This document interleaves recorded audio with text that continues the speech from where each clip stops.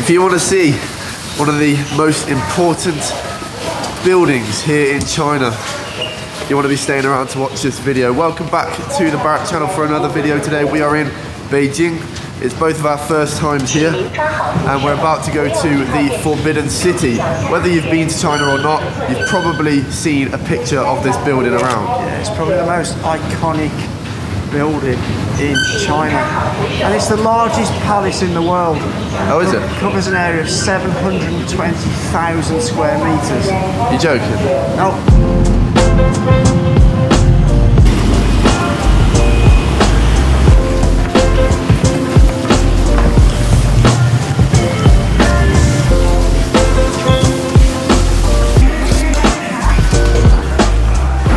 It's currently heading deep into winter here in Beijing. It's the start of December, so hence the coats, the scarves and things like that. But there's not a cloud in the sky today, so can't really ask for better weather than that in December, can you now?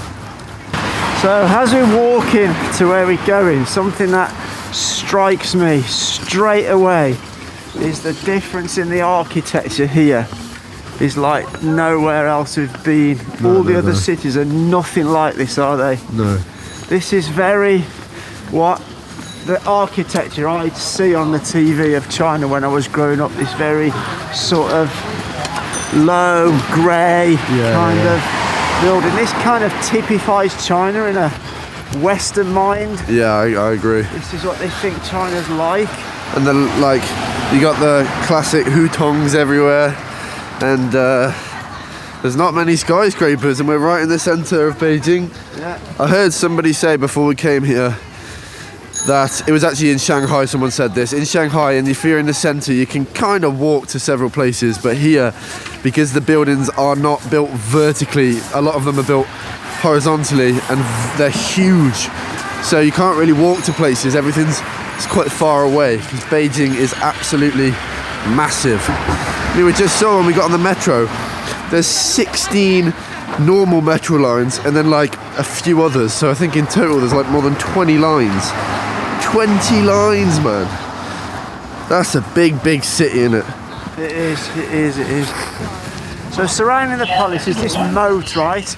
And this was built as a defensive barrier so people couldn't attack. It's 6 meters deep and 52 meters wide. So I would imagine there's a lot of water in there. And it looks very, very cold, doesn't it? It looks extremely cold. It does. But now they've got a bridge to it. I don't know if this was always here. I guess it was always not. here. You reckon? I would imagine. It wouldn't have had a road in because it defeated the object. Well, let's not guess. Tell us down in the comments. Did they have this road here that they just guarded all the time? Or did they not? Is this a new thing for tourists? I imagined, I don't know, but I would imagine they'd have had some sort of drawbridge that they opened and closed.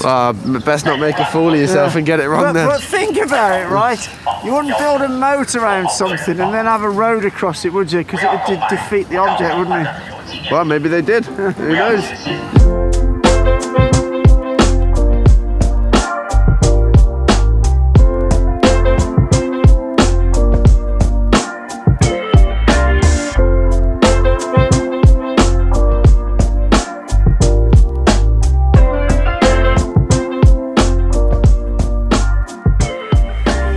Right, Lee's fit. How are we rating Lee's fit today? There's a nice up and down shot. He's got the boots, he's got the blue jeans, he's got the scarf going on, he's got the woolly hat. What do you reckon down in the comment section? Let me know. Lee's fit. Hashtag Lee's fit. Right, where are we going then? Because it's a big place to explore. Right, so I've just been reading this, okay? And it says Sundial. Pause the video if you want to read it. But basically, in a nutshell, it's telling me that this thing right here, held up by 4 pillars with that disc on top, in pre-modern China, that was used to tell the time. And they've got that sort of pin through the top there, and they were able to tell the time through the casting of the shadow using this disc and this thing with the 4 pillars. And that is how they used to tell the time. Can you believe it? It's hard for us to even imagine. Simple things like telling the time had to have intelligent people knowing how to build something that was able to accurately predict something that today we just take for complete granted. And actually, if you think into the philosophy of time itself, that's a really strange thing. It's just because it's so normal to us, because we have clocks and we've always grown up with clocks. But back then, obviously they didn't have clocks, so they had to do stuff like this. 你好，乾隆皇帝，你在直播吗？直播哦 ，Yeah， 啊，抖音 Yeah， 啊 ，cool。反正外国有人看看啊。This guy is live streaming to Douyin right now. 抖音。 That's cool. Thanks, man. But the palace we're in right now served as a ceremonial and political centre for 500 years, from the Ming Dynasty right through to the Qing Dynasty, and it was home to a total of 24 emperors during that time. And it only ceased to serve that purpose about just over 100 years ago in 1912. But I bet this could tell some stories if it could talk. Oh yeah. You know, 500 years it was used as a political centre. It's pretty amazing, isn't it? You know, that's longer than America was founded. Oh, they ain't gonna like that. They ain't not gonna like that. That's just crazy, man. I just find it incredible how this was constructed, man. Over 1 million people. It took them 14 years. You don't get projects like that nowadays. I know. You'll never get projects like that again. It's actually 980 buildings. And there's some estimates that say there's almost 10,000 rooms, but from architectural drawings, it's more like 8,000. But anyway, it's a lot. I had no idea this place was this big. I Yeah. just didn't really know. I didn't really. It's almost a city within a city, isn't it? Yeah. We just had a walk and talk, walking around the Forbidden City here. We were talking about, because I've now been to almost every big well-known city in China, which is kind of mad actually thinking about it. And so we're talking about the differences between them, because China is massively diverse. Weather, culture, food. It's like you can almost be in different countries, like you said. Even the people look different in different areas of China. Hello.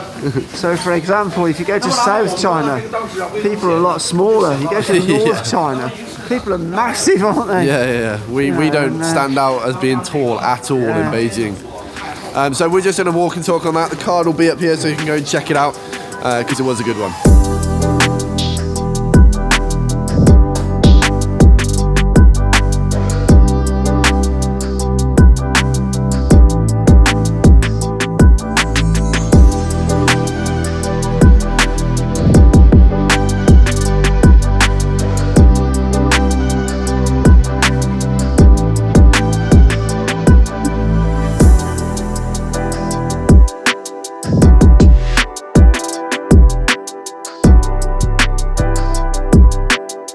Now we have just been walking up a bunch of stairs. We're about to reach the top and get to a viewpoint overlooking the Forbidden City. Now I'm excited to see this. You ready? Are you ready? Oh yes. And it's busy. Look at all the people.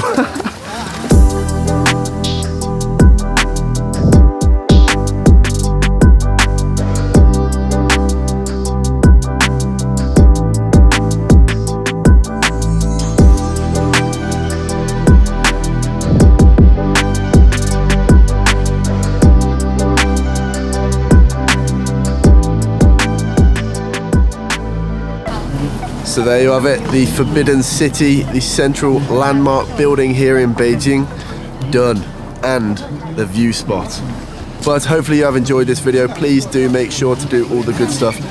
Drop a like, subscribe, make us happy, all right? And we will see you in the next one. For now, Take take care. care.